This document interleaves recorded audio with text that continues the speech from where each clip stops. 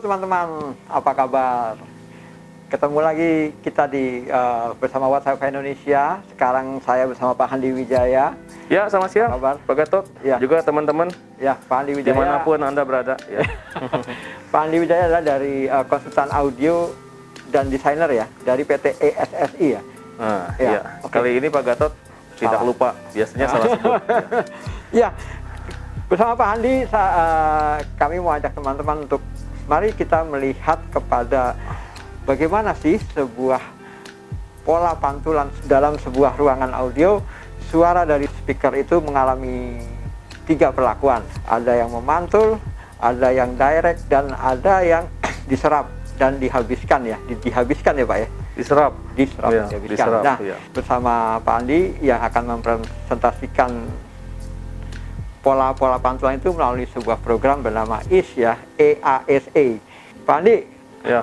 ini menarik. Kalau saya ngelihat ini adalah yang disebut dan kata yang sering disebut adalah pantulan, Pak. Padahal seperti saya tadi bilang, suara itu mengalami 3 perlakuan aja. Itu gimana, Pak? Mungkin boleh jelaskan. Ya, oke. Pada saat kita ingin membuat satu ruangan, nah salah satu kriteria yang dicari orang itu adalah dimensi atau staging daripada ruangan itu harus baik ya. Jadi kita bisa melihat posisi penyanyi, pemain piano, gitar dan sebagainya gitu di posisi yang seperti dibuat oleh si engineer-nya tersebut begitu. Nah, yang menentukan akurasi daripada reproduksi suara tersebut itu adalah bagaimana kita memanage daripada pantulan-pantulan sebuah ruangan. Jadi suara yang kita dengar dari sumber itu sebenarnya cuma satu berkas. Yang pertama kali datang. Ya. Sisanya yang sekian banyak tak berhingga itu semua pantulan semua. Dari dinding, dari lantai, dari plafon, dari furniture, dari meja, kursi, segala macam. Pokoknya segala sesuatu yang bisa memantulkan itu berkontribusi terhadap suara pantulan yang kita dengar. Kualitas akhir suara. Ya. Nah, akumulasi daripada suara langsung plus suara pantulan itu yang menentukan seberapa baik reproduksi suara. Ya. Nah, si pantulan tersendiri juga kalau kita mau bagi lagi itu bisa menjadi 3 bagian. Ya. Pantulan mula-mula, ya, atau early reflection. Lalu pantulan apa ya terjemahannya ya? Kalau bahasa Inggrisnya late reflection. Kalau di terjemahan Indonesia pantulan yang terlambat kayaknya kurang pas ya. Pokoknya late reflection. Nah, terakhir adalah pantulan yang sudah tidak berbentuk lagi pantulan. Kita tidak bisa lagi merasakan pantulan secara individu. Dia bergabung menjadi satu yang disebut namanya reverberation. Ya. Jadi early reflection, late reflection, reverberation. Begitu. Ya. Ya, kita langsung aja kita Pak ya. Bagaimana menggambarkan pola pantulan itu dalam sebuah ilustrasi ya melalui software IS. Ini boleh cerita Pak, apakah program ini yang selalu Bapak pakai jika Bapak ingin melihat bagaimana pola pantulan sebuah ruang musik misalnya atau ruang lain ya? Program ini nggak selalu kita gunakan Pak. Jadi program ini hanya digunakan untuk proyek-proyek yang menuntut akurasi yang tinggi. Contohnya adalah critical listening room, control room, atau ruang mastering. Nah, kalau tuntutannya udah seperti itu, baru kita menggunakan seperti ini. Tapi kalau hanya sekedar footnya baik dan sebagainya begitu ya, ruang demo room lah katakanlah ya, yang nggak ada tuntutannya nggak ini, kita nggak menggunakan program ini Pak. Karena untuk membuat simulasi ini take times. Bisa berhari-hari. Ini kebetulan program ini atau simulasi ini adalah salah satu studi kasus dari sebuah ruangan demo, tapi membutuhkan akurasi yang tinggi. Nah, simulasi ini dikerjakan oleh Pak Julius, juga dari PT ESA Sinergi Selaras Indonesia. Pak Julius ini yang membuat mulai dari bentuk ruangannya, peletakan speakernya, termasuk juga penentuan daripada jenis speaker. Karena kan tiap speaker mempunyai pola radiasi suara yang berbeda-beda. Kalau mau akurat ya tentu saja namanya sebisa mungkin pola radiasinya sama dengan speaker yang akan digunakan. Nah, permasalahannya adalah nggak semua speaker mereka membuat file untuk bisa disimulasikan. Jadi kadang-kadang kita menggunakan file simulasi daripada speaker lain yang mirip atau serupa. Maksudnya pembuatnya tidak membuat. Iya, contoh ya Roger misalkan LS5A ya. LS35A. LS35A ya. Nah, mungkin file untuk simulasi itu dia nggak mengeluarkan. Nah, jadi kita harus mencari padanannya gitu. Speaker yang mirip, jenisnya sama, ukuran kira-kira sama, karakter penyebaran suaranya. Iya, karakter penyebaran suaranya. Gitu. Tapi tidak terkait dengan dia punya spek ya. Terkait masih speknya. Terkait spek dalam hal pola distribusi. Iya. Suara. Iya, jadi kalau misalnya speaker tersebut katakanlah misalkan dispersinya 60 kali 40, ya kita juga mencari speaker untuk disimulasikan ini ya 60 kali 40. Oke. Gitu. Jangan yang 90 kali 60. Ya. Nah, itu tadi sering disebut satu kata, akurasi. Jadi salah satu kelebihan dari software ini adalah antara realnya sama dia punya hasil yang digambarkan itu accurate ya. Betul. Betul. Ya? Betul. Jadi saya minta tolong Pak Julius, boleh kita kembali ke gambar 3 dimensi daripada ruangan tersebut.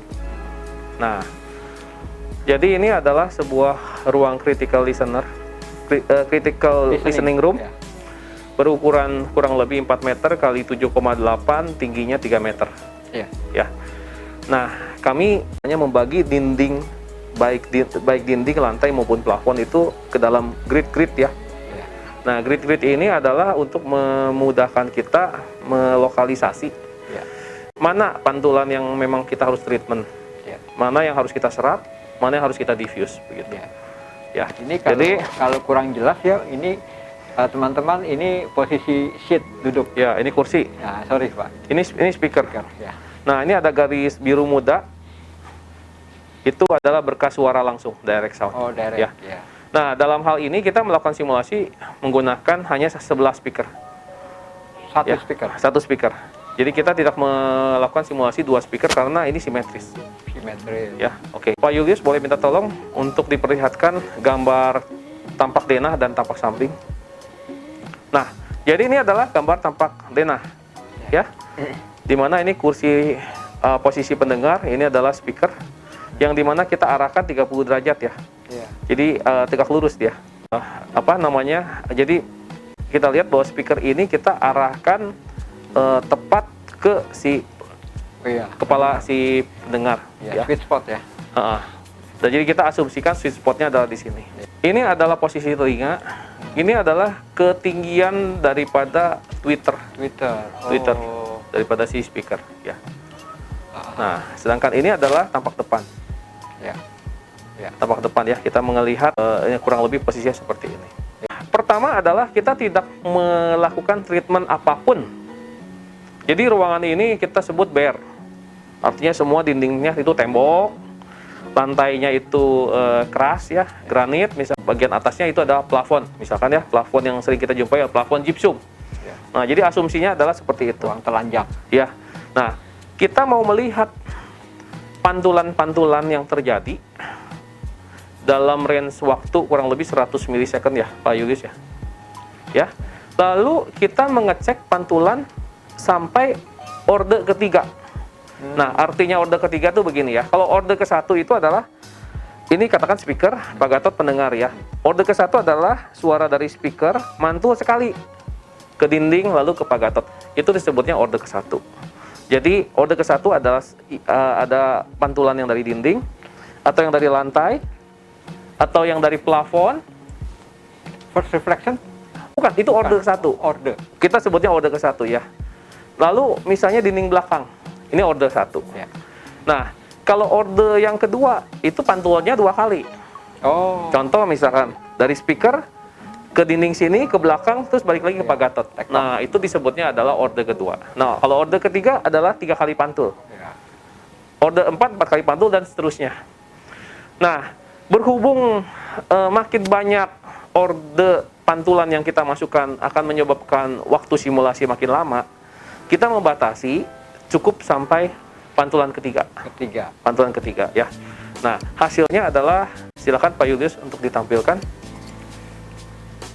Nah, ini adalah grafik reflektogram. Oh, Ini adalah waktu, ya, lalu ini adalah level. ya, Ya, level ya sampai level ya. 110. Ya, level ya. Nah, yang di titik 0 itu adalah direct sound. Ya, langsung. Ya, direct sound ya, warna kuning. Yang dimana tingginya levelnya itu yang sampai ke telinga itu 105 ya. Jadi artinya waktu kita melakukan simulasi ini, ceritanya amplinya di setelnya kencang sekali. Oh, Sampai 105 ya. Nah, sebenarnya direct sound pun membutuhkan waktu tunda ya. Sejak saat speaker itu dibunyikan, berapa lamanya itu kita bisa lihat. Nah, di sini tertulis 7,273 milisecond. ya. Artinya begitu speakernya dikasih suara ya, 7,273 milisecond baru nyampe ke telinga. Itu direct sound. Ya. Ya, direct sound. Setelah direct sound, kita mau mencari tahu first reflection itu pantulannya dari mana-mana saja begitu. Nah, di sini ini adalah yang disebut first reflection nih. Ya. Nah, mari kita cek. Pertama adalah pantulan pertama. Boleh Pak Yuyus coba kita cek Pantulan pertama nih. Wah, itu judulnya ada tuh. Ya. Nah, pantulan pertama ini di sini terlihat ya. Kalau yang suara langsung tadi kan kira-kira 7,2 milisecond. Ya. Nah, pantulan kedua itu adalah 10 milisecond. Artinya dia selisih kurang lebih 2 milisecond 2 milisecond. dari suara langsung, ya. 2, sekian milisecond ya. Lalu yang menyebabkan pantulannya itu adalah di bagian dinding yang disebut F543. Nah, dalam hal ini adalah dinding lantai. Nah, di sini. Oh, iya Dinding lantai. F-nya ya. Ya. Titik 53. Iya. Levelnya berapa? 98 dB. Kalau tadi ingat suara langsungnya 105. Iya. Artinya pantulan nih kira-kira 7 dB lebih rendah dari pantulan dari suara langsungnya. Suara langsung. Ya. Nah, kembali lagi ini dalam kondisi belum di treatment apapun. Ya. Jadi ini pantulan mungkin dia lebih rendah lagi tuh karena diserap ya. Ya, kalau misalnya nanti kita pasang serap dan sebagainya itu akan lebih rendah lagi. Nah, kita bisa melihat pantulan yang kedua. Pantulan kedua. Nah, tuh, pantulan kedua itu adalah dinding samping. Tuh, kelihatan kan dari sini? Ya. Dinding samping ya. Di F412 11 milisecond. Ya. Jadi 3 milisecond dengan level lebih kecil lagi ya, 92 dB. Iya. Ya. Jadi 105 13. Tuh, sesuai dengan grafiknya. Oh. Dan begitu juga seterusnya. Ya. Jadi kita bisa lihat pantulan ke-3, ke-4, ke-5, ke-6. Nah, dari grafik ini baru kita bisa menentukan mana yang harus diserap, mana yang harus di-diffuse. Ya, jangan semua hantam kromo, semua disikat semua pakai alat penyerap. Iya, istilah Pak Gatot tadi dihabisi, jangan dihabisi, Pak. Gitu. Jadi ada yang memang harus diserap karena levelnya ketinggian dan ada yang perlu kita diffuse, disebarkan. Nah, tinggal kita menentukan apakah dengan dB sekian itu termasuk ketinggian. Iya. Itu kan berpulang juga kepada gimana ini pendengar juga tuh kan. Iya, betul. Sering kan kita nggak dengar, oh suaranya nih butek, kotor. Ya. Nah, itu biang keladinya sebenarnya adalah pantulan yang diffuse reflection. Yang terlalu besar. Jadi dia mengganggu suara langsung yang menyebabkan akumulasinya merusak atau membuyarkan image suara begitu.